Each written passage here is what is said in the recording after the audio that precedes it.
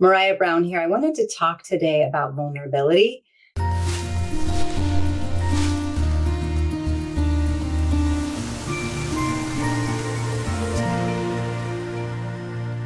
Okay, so despite what some may think, says Brene Brown, vulnerability is our most accurate way to measure courage.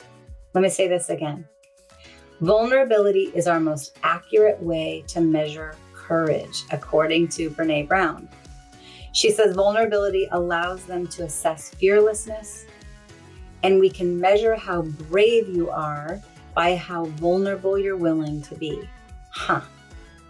So once again, what if vulnerability is actually a sign of bravery and courage? And when we flip the coin over and see it through a different lens, does that change the perspective for you? If you're someone, when I ask the questions or what words and images show up for you, if you in the past have seen vulnerability and sharing your emotions as weak, as feminine in a negative way, as complaining, as dark, victim-y, it can go in that direction. I think it's a really fine line. And I'm going to talk later on about what vulnerability is not, okay? But it also is not a sign of weakness. Okay, Tony Robbins says, I love this quote. It's one of my very favorite quotes. If you follow me much, I post it often. Tony Robbins says, the quality of your life is in direct proportion to the amount of uncertainty you can comfortably deal with. So when we can stretch our ability to deal with uncertainty, i.e. vulnerability, and we get clear with to what degree of uncertainty am I comfortable with, the more we can expand that and stretch that, it actually has a direct correlation to our quality of life in direct proportion. And I believe that our quality of life is also in direct proportion to our abundance, our ability to attract that which we love. We want to attract love and belonging and beauty and energy and money and relationships and all the things. What comes first, the chicken or the egg? I think it's all in direct relationship, and it all comes back to where am I holding myself back from being seen and being felt? Where am I holding myself back from allowing myself to be vulnerable? And once again, in this setting, I'm talking specifically about with women. Once again, Brene Brown asserts that vulnerability is the, quote, birthplace of things like love and joy. And in the feeling of joy, we dress rehearse tragedy. So let me say this again. You know, many of you maybe heard her story where she talks about tucking her kids in to sleep at night. And just feeling, I can relate to this so much, just feeling the overwhelm of how much I love my children. Oh my gosh. Tuck them in and give them a kiss, and I just feel like there's nothing like it. And yet, how many people in that moment, in that split second, will dress rehearse some form of tragedy? What if this horrible thing happens? Now, hopefully we catch ourselves and we don't go down that rabbit hole. Instead, we allow ourselves to relish in the feeling of love and joy.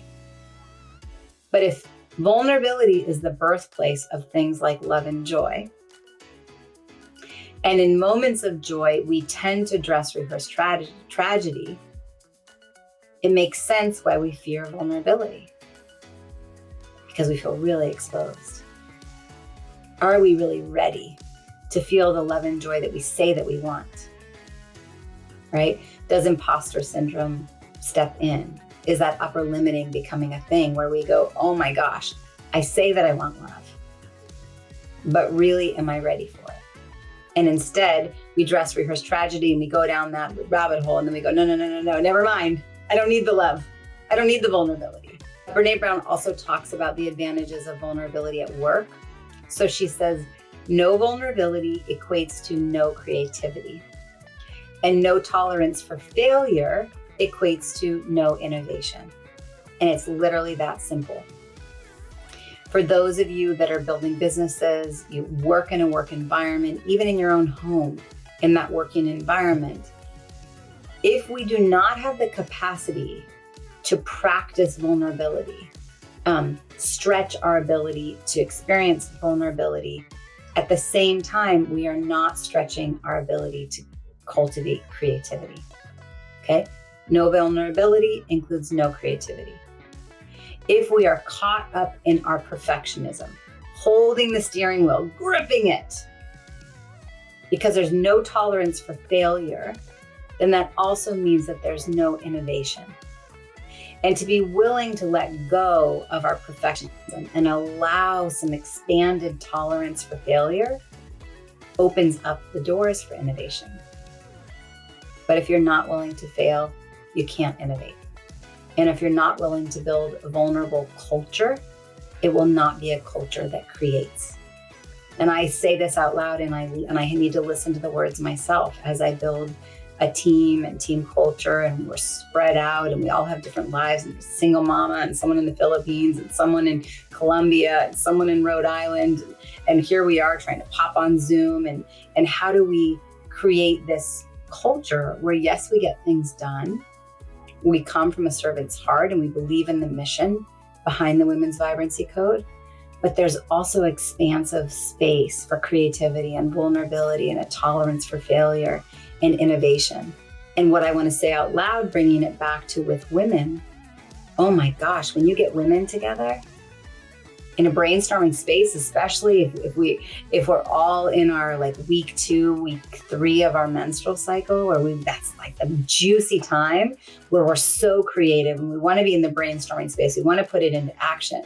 If we can circle up during that time, because so many of us end up nearing our menstrual cycles, especially if we work together, and do it vulnerably, oh my gosh, there comes the creativity and the innovation.